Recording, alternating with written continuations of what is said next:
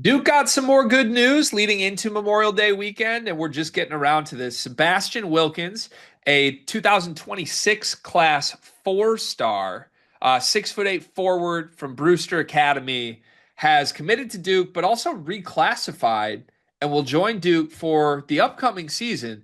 Ultimately, the decision came down to Duke and Maryland, and Wilkins chose Duke. I think Duke is very happy to have Sebastian Wilkins.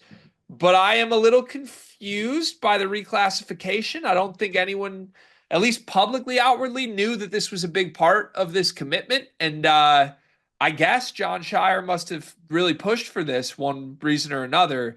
From a Duke perspective, their updated roster, they added Dame Sarr before the weekend as well. So you think about this, you got the Boozer twins, Isaiah Evans is back, Malik Brown in the front court, Big Pat Ngongba in the front court, Caleb Foster in the back court, Darren Harris, Nick Kamini is coming in. It's a loaded roster as is. Now you add Dame Sarr and Sebastian Wilkins to it, it suddenly becomes one of the deepest teams in the entire country. So first off, what's your reaction to Sebastian Wilkins choosing Duke? What are the Blue Devils getting? I like the pick by Sebastian Wilkins. I like his game a lot. He could put the ball on the floor, defensive guy. He's kind of like that modern day wing, right? You can shoot, you can put the ball on the floor. You're not gonna do anything too crazy, but you also play defense. And I think that's the archetype of player that not only colleges love, but the NBA loves. I also really love, I think the reclassification when I first saw it was confusing. Now I love it. He's not necessarily going to play year one, so just get on campus as early as possible. Make that impact. If your goal was to be a one and done in 2026, I think you have a better chance of doing that by being on campus in 2025 and kind of making yourself a two and done, if you want to say. But at the same time, you're really a one and done because you weren't expecting to go to college for another year anyway. So I really love the reclassification. I do think he'll be like the ninth or tenth man in this rotation this year, the way it's lining up. Maybe lower than that. Maybe lower than that, but I think he's really putting himself in a position for 2026 to be a starter. When if he just stayed in high school, I think he would have been like the fourth or fifth best recruit in that 2026 class and had to really prove himself to Shire. And now he gives himself a year to do that. It's a great pitch. Unfortunately, I don't buy the pitch. How often? I mean, I guess Isaiah Evans is the prototype, right? Guy that like straight up doesn't play year one, and then now we're gonna expect that you're good in year two. But like, let's be real about this. Isaiah Evans, the only reason he did not play in year one is because that team was so loaded. It wasn't anything about Isaiah Evans. It was literally like we can't justify playing you over Khan or Proctor or Sion. There's nothing else here. So and he still got opportunities. Sebastian Wilkins to me, I'll be honest, I'm probably just going to come across as a Duke hater. I promise you, I'm not a Duke hater here. I love the Boozers. I've been going to bat for Cam Boozer being my favorite freshman in this class for months. I think John Shire is probably the number one coach in the country I would want at this point to coach my team. I don't get this one for the player or for the team. I mean, I guess I get why Duke would want him. It just having this guy as your 10th guy is ludicrous. It's insane. It's awesome. But for Sebastian, I feel like there is such a risk here.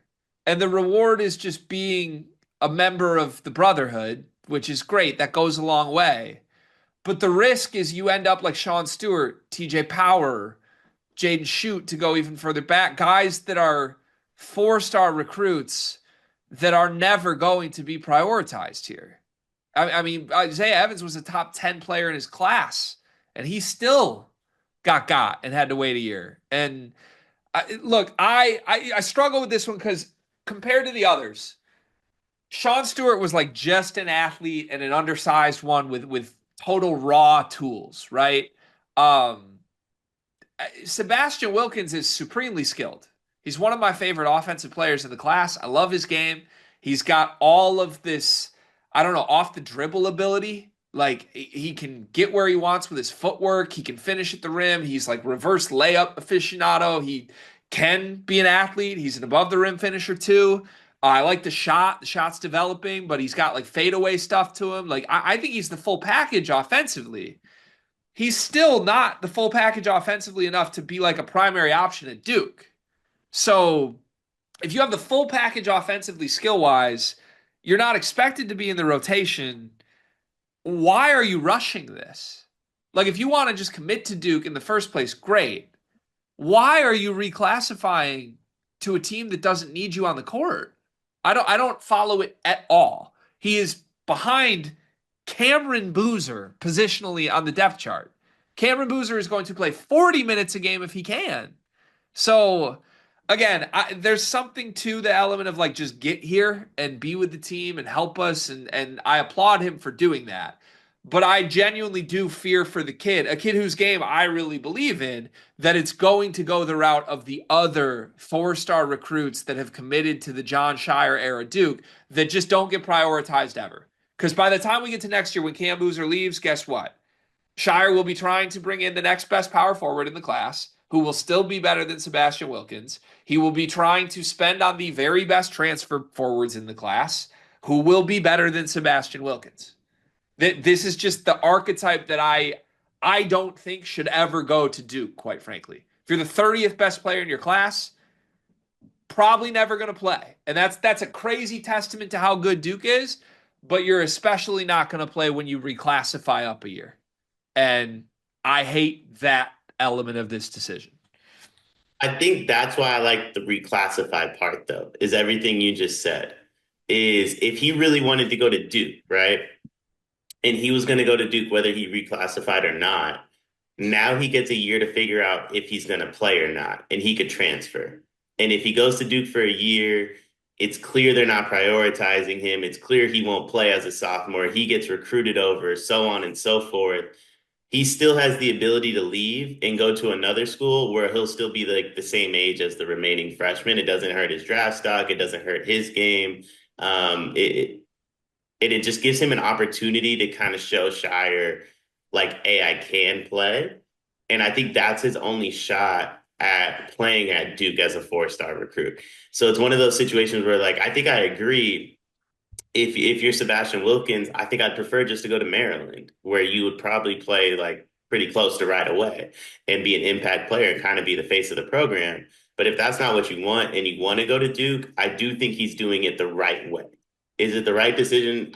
That I don't fully know, but I believe he's doing it the right way because he gives himself a chance. He gives Shire a chance. And if both of them sit down a year from now and say, hey, this didn't work, he's also still giving him a chance to go somewhere else and still be a freshman at that following program, like age wise, at least. Yeah. Yep. I don't want to black because if you're Duke, this is more the merrier. You're God, it's impressive. Like you get a player like Sebastian Wilkins, and we're like, damn, he's never gonna play. Only at Duke, only at the premier program in the country would this happen. Um, but yeah, I just don't get it. I don't get what the rush is for Sebastian. If you wanted to commit, stay in your class and maybe work your way into being an even higher rated player that does come into an on-court role, maybe. I don't get why we're rushing for like at best 8 minutes a game this year. And maybe I'm wrong. Maybe his depth becomes something Duke really needs, but it confuses me to say the least. But a power play from John Shire, power play from Duke, a really, really skilled offensive player, whether it happens at Duke or whether it happens in the NBA or even at another school, I believe at some point he's going to look like an offensive superstar.